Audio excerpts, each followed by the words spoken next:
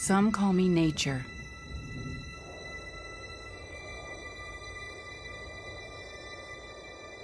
Others call me Mother Nature. I've been here for over 4.5 billion years.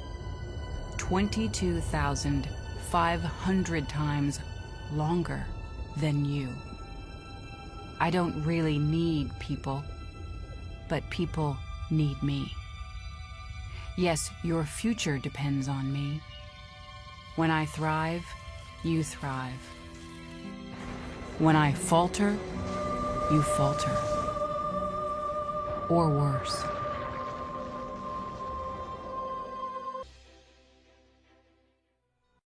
Good day everyone, I am Mary Ann Bukau, and for today's video, we are going to look at the question, what is naturalism? Naturalism is a theory that relates scientific method to philosophy by affirming that all beings and events are natural. It was a literary movement taking place from 1865 to 1900s that used detailed realism to suggest that social conditions, heredity, and environment had inescapable force in shaping human character.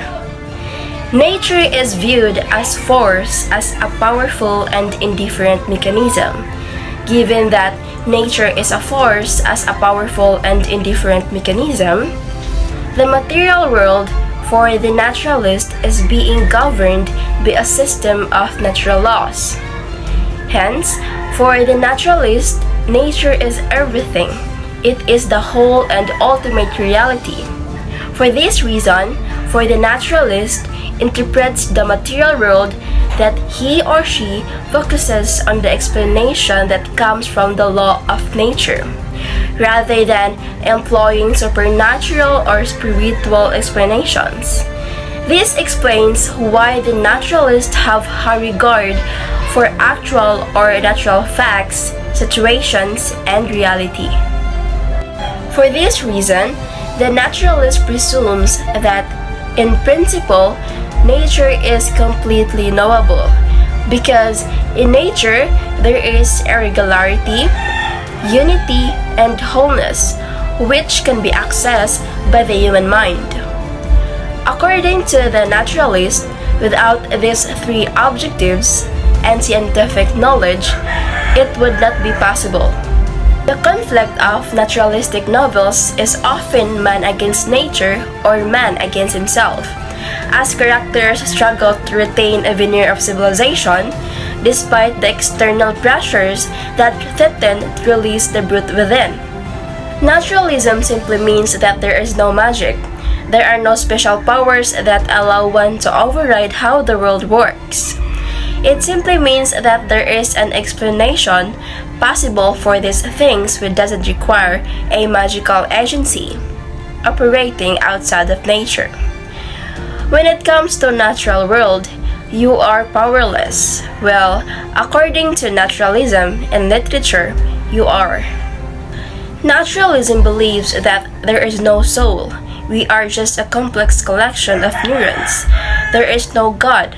There is only evolution, and experiences like pain, pleasure, beauty, and a sense of self do not really exist. They are just merely a physiological reactions. Naturalism is the belief that nothing exists beyond the natural world. Instead of using supernatural or spiritual explanations, naturalism focuses on the explanations that comes from the laws of nature. Take for an example, in naturalism, if we die in a plane crash, then it was a mechanical failure or pilot error, than thinking it was an act of malicious magic by some demons. In philosophy, the leading proponent of naturalism are F.J.A. Woodbridge, Maurice R. Cohen, and Ernst Nagel. However, the best-known proponent in naturalism was the novelist and French art critic Émile Zola. In fact, Zola was considered by many scholars as the father of naturalism. The novels of the French writer Émile Zola moved toward a more extreme form of realism known as naturalism. taking its name from allegedly scientific impulse to base its characters, events, and explanations on natural rather than supernatural or divine causes. Perhaps, more than any other major literary figure, Emile Zola registered in his fiction and his critical theory the rising tide of scientific advance in the later 19th century. Zola was deeply conscious of these movements towards naturalism, toward the restriction of one's inquiries to the realm of nature. And he saw naturalistic literature as merely a natural extension and completion of a far broader positivistic movement in recent history. He was one of the most passionate defenders of science theories, putting them to use in his novels. Zola's foreword to his novel Theories Raken in 1867 became the fundamental manifesto of literary naturalism. He maintained and enlarged his ideas in his experimental novel in 1880 and The Naturalist Novelist in 1881, where he advocated that modern literature needed to be as accurate as possible in order to provide a record of modern history.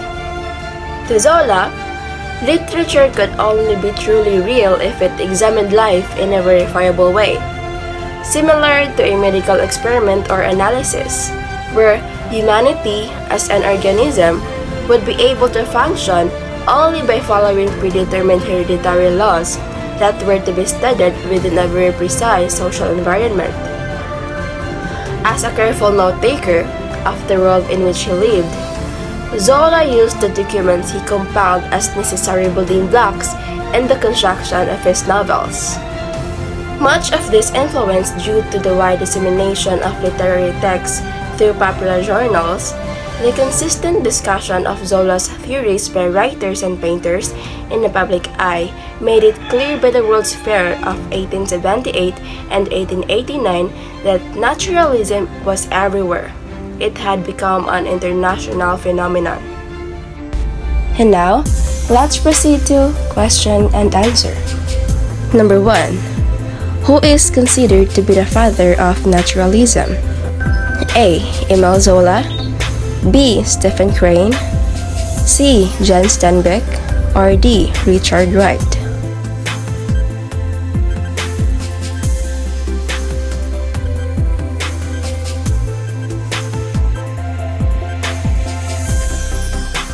The answer is A.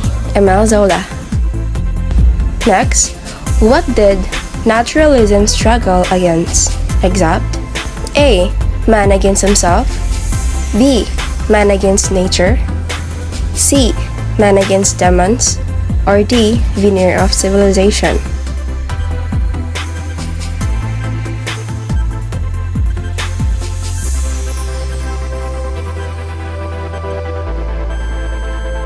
So, the answer is letter C. Man against demons. Next, do you think the naturalist believes in supernatural elements? Why?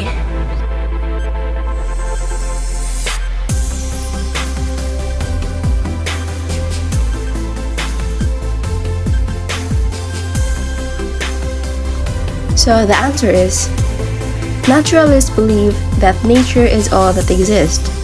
Instead of using supernatural or spiritual explanations, naturalism focuses on explanations that comes from the laws of nature.